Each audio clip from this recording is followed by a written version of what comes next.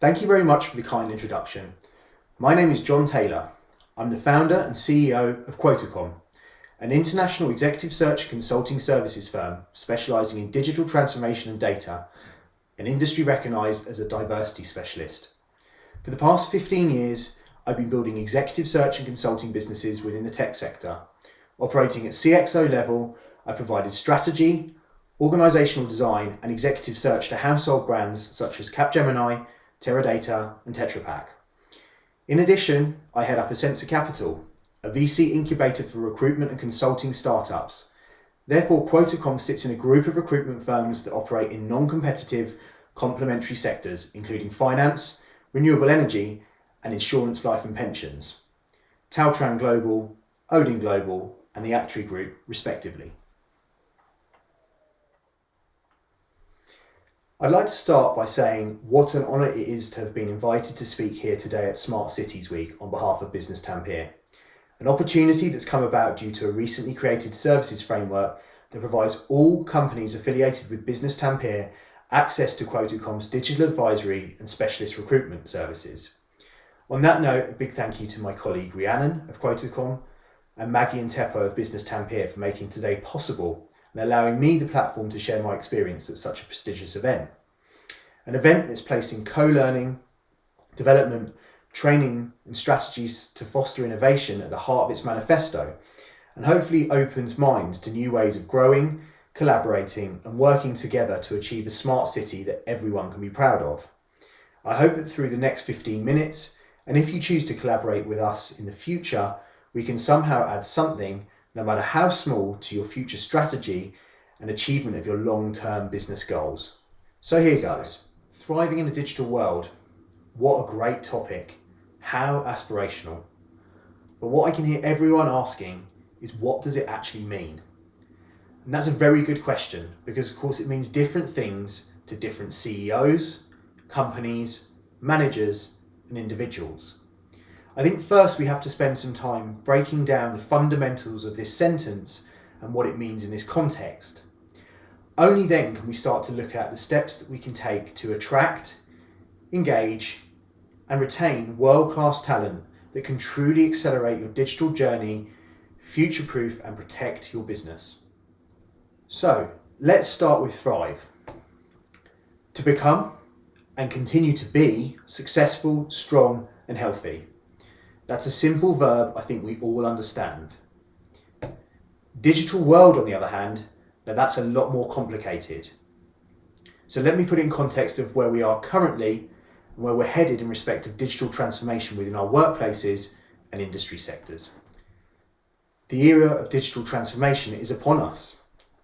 Even in the most traditional industries resistant to change, the emergence of new digital technologies across data, artificial intelligence, Industry 4.0, intelligent automation, machine learning, robotic process automation, blockchain, cloud, and now quantum computing is omnipresent and diffuses into all aspects of modern society, impacting economies, entire sectors, and individual enterprises. The shift in paradigm to digital has been further accelerated by global COVID-19 pandemic. Some 89% of technology company leaders report that digital transformation of their businesses has accelerated due to COVID-19. CEOs and executive bodies must accept that the only road to recovery is to move forward, not retreat backwards into old practices that were previously sustainable in the pre-COVID normal. For many companies striving not only to survive but maintain competitive edge in the market, the only option is to accelerate digital transformation. Companies must recognise that they need to absorb digital technologies into their workflow practices if they're really to see productivity results and increased efficiency, particularly across smart automation and artificial intelligence. The rise of machine learning, AI and RPA dominates digitalisation efforts in recent years, as it enhances the bottom line of all businesses who successfully invest in this technology. However, the answer is not just to invest in technology. Contrary to popular belief, digital transformation is less about technology and more about people. You can pretty much buy any technology, but your ability to adapt to an even more digital future depends on developing the next generation of skills, closing the gap between talent supply and demand, and future-proofing your own and others' potential. It really is quite simple. The most brilliant innovation is irrelevant if we're not skilled enough to use it, and even the most impressive human minds will become less useful if they don't team up with technology. Let's close the gap on talent and invest in people then. Sounds simple, but it's easier said than done. It's unanimous amongst industry leaders, analysts, HR advisors, and economic commentators that the skills gap for qualified digital talent is widening, and competition for technologists and digital experts is increasing at an alarming rate. This skills gap is creating what has been dubbed a war for talent, where companies are aggressively competing for the best individuals with digital experience. Well, what are these skills, and what does scarcity mean? Demand for people with high-level digital skills is greater than the supply of suitably qualified employees, and the gap is growing. The World Economic Forum estimates that by 2022, emerging technologies will generate 133 million new jobs as a result of a new division of labour between humans, machines, and algorithms. Here's a whole host of quotes from industry leaders describing just how finite this talent is, how difficult it will be for us to keep up with demand.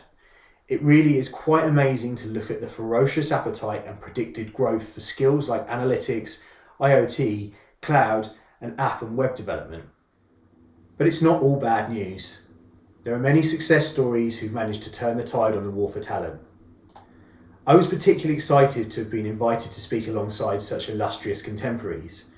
Marcin Florian from Spotify is someone I followed at events in the past with a keen interest, given Quotacom's market position and interest in agile fundamentals. Spotify is the perfect example of a digital native business that's completely transformed the entire industry sector. With humble beginnings aiming to provide a solution to combat privacy, Spotify has succeeded in digitalizing the consumption and discovery of music, something the industry was initially extremely resistant to. But this way of consuming music and media via the internet on a subscription basis is now seen as the normal or industry standard. It's actually the people who still buy CDs and vinyl that are considered the odd ones out. But it's not Spotify's mastery of cutting-edge technology that sets them apart. It's their identity, their purpose, their vision, their culture, their training, and their relentless pursuit of the best talent in the market, recognizing that it's this talent that would set them and their products apart from the rest. The same can be said for countless tech unicorns who put people at the heart of their strategy. Let's look at some of the strategies your company or organization can consider when trying to attract and retain the best digital talent critical to your long-term business strategy and success.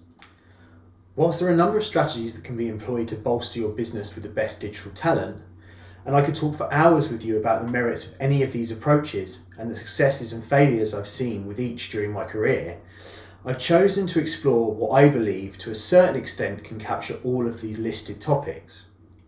I want to look at employer value proposition, because I believe that this is the single most important tool that any business can use to attract, engage, and retain talent and thrive in a digital world.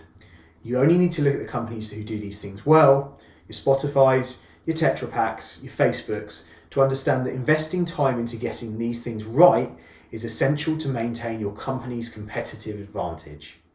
Research by the Corporate Executive Board suggests that more than 70% of candidates will take a business's employer brand into consideration before they even send out an application, meaning that if you haven't made a good impression on most candidates by the time they're contemplating an application, it's already too late. Perhaps for this reason, studies have shown that greater employer brand can reduce cost per hire by as much as 50%, whilst leading to a 50% increase in qualified applicants. If you are hiring candidates externally and they're attracted to your EVP, it will on average require an 11% jump in total compensation to secure them, compared with companies who have an unattractive EVP, where it's typically 20 to 25% in compensation to bring them on board. There are also huge retention benefits from having a really strong EVP. Organisations that deliver on their EVP promise can decrease attrition by close to 70%. So I'm going to walk you through a plan to develop your EVP, but at this point it's important to differentiate between employer brand and EVP. So let's look at this in a bit more detail. Employer brand is the organisational identity related to the employee experience. It's the image you project to both your employees within your company, but potential employees outside your organisation. Crucially, it's the image that you project as a place to work, meaning it should say something about your company's mission and values, but also what makes it a unique employment destination worth applying to or even changing jobs for. If you have an employer brand but no one ever sees it, does it really exist? Not so much. Rather, it's something that only becomes realised as you craft and aggregate content on social media, your website and elsewhere where that conveys your message. I think the famous quote from Jim Sanders sums it up well. Brand is a promise of experience. An EVP, on the other hand, is critical to carving out an employer brand that's authentic, compelling and memorable. It's the element that makes the story possible rather than the story itself. It's the elements of your brand that you commit to delivering that attracts your ideal talent, but also unites your current workforce. So now you understand the difference. Let's look at a 4-point plan to develop your EVP. The first stage is to research, conducting thorough internal and external research. Internal research would consist of conducting focus groups and asking your employees why you want to work here. Why do you continue to work here? What you don't like about the organisation and what could be improved. It's important you go beyond the superficial and dig deep, with as many employees from different job roles and seniority levels as possible. With respect to external research, that involves extensive market research, getting a really good understanding of what candidates want in their place of work, paying special attention to generational requirements and trends. The second stage is developing your strategy. What is your employee value proposition and what is the commitment you're making to your employees and future candidates? Of course, it should be based on your research, but your EVP should only include tangibles you're able to commit to delivering and can be broken down into 5 key areas: rewards and benefits, affiliation, people, advancement, and work. I want to draw your attention to the advancement category and in particular training, with Forbes reporting that training and development has overtaken rewards and benefits as the most important factor in successful EVP. Let's take a quick look on how learner experience can impact EVP. Learning development's ability to impact EVP lies in what it can make available to the individual and how it communicates what is expected of that individual when it comes to learning. Personalisation. While training traditionally took place in cohorts, digital technology and AI now enable a far higher degree of personalisation in learning. The individual's ability, preferences, and prior knowledge can all be catered for, enabling a much more efficient use of training time and greater ability for learners to focus on their individual career development goals. This also allows greater individual choice in what is learned, where of course this is felt appropriate. Skills management. The need of the individual intersects with those of the organisation in the EVP, with skills forming the nexus for that connection. For the individual, this means the skills they might need for a given career path, to join a multifunctional team, or just to improve in their role. For the organisation, it might mean the future skills needed to underpin its future success, fight off competition, or to transform itself. Data analytics. Analytics enables analysis and reporting on a much fuller range of learning activities, and the recognition that not all learning is necessarily formal in character, some of which might not previously have been thought of as learning within certain organisations. They also allow data to be combined with performance and other data, linking training to organisational impact in a dynamic way. Employees benefit from having their learning activities recognised and seeing its results in improved performance, a positive feedback loop that makes them more effective learners and more successful employees. So now you have a beautifully crafted EVP with learning at the centre. You know what you need to say and what makes your company a great place to work. How are you going to go about sharing this with your employees and with the people outside of your organisation, your future employees? If you have a marketing department, this is usually where they would get involved to assist in communicating internally and externally the fundamentals of your EVP. Examples of communicating externally would be through recruitment advertising, websites, social media, blogs, articles, press, events, jobs fairs, trade shows, or via partners and suppliers, for example, headhunters or academic partners, to get your employer brand across outside the organisation. Likewise, you also need to promote your employer brand internally because you need to re-recruit your employees, and you can do this using employee orientation programs, training materials, intranet, workshops, or actually having them be involved in the development of the EVP in the first place. Stage 4 is measuring the success of your employer brand. You can do this by looking at brand awareness and loyalty, looking at your employee retention rates, cost per hire, flow and quality of applications, as well as satisfaction surveys. All things you should benchmark during your research phase so you can truly measure success. We've identified some of the pitfalls to be aware of when going through this process. Firstly, when undertaking your research, make sure that you speak to as many employees as you can. And don't make assumptions. Just because you're in HR or an executive, it doesn't mean that you truly understand all the wonderful things about your organisation. Another common mistake we see is talking to the converted. We all enjoy talking to happy employees, but make sure that when you do your research that you're speaking to a diverse group of employees. Make sure you've got employees in that group who have negative opinions as well as positive opinions. And finally, be true to yourself. It's absolutely critical that your employer brand is a true reflection of what your organisation is like to work for. You don't want to be in a situation where new employees join your organisation and leave 6 months later because it's not what they signed up for. Worth noting, for difficult to find roles and when hiring digital experts for whom competition is high, it's normal and extremely productive to craft role-specific EVPs. This is something we do regularly with our clients. At Quotacom, we take great pride in assisting our clients to develop compelling, role-specific EVPs to ensure they can attract and retain the best talent in the market to meet their business objectives and achieve their strategy for the future. So now you all understand the value an EVP can bring in your quest for talent, as you strive to create a smart city you can be proud of. You're all now experts capable of crafting winning EVPs with learning and development at the heart of your strategy. I hope that you found today useful. I'm aware that it may have raised a number of questions that may be personal to you or your business, and not done justice in a 5-minute Q&A. Therefore, as part of our commitment to our recently established partnership with Business Tampere, we're offering a free follow-up consultation for all delegates or referrals of delegates.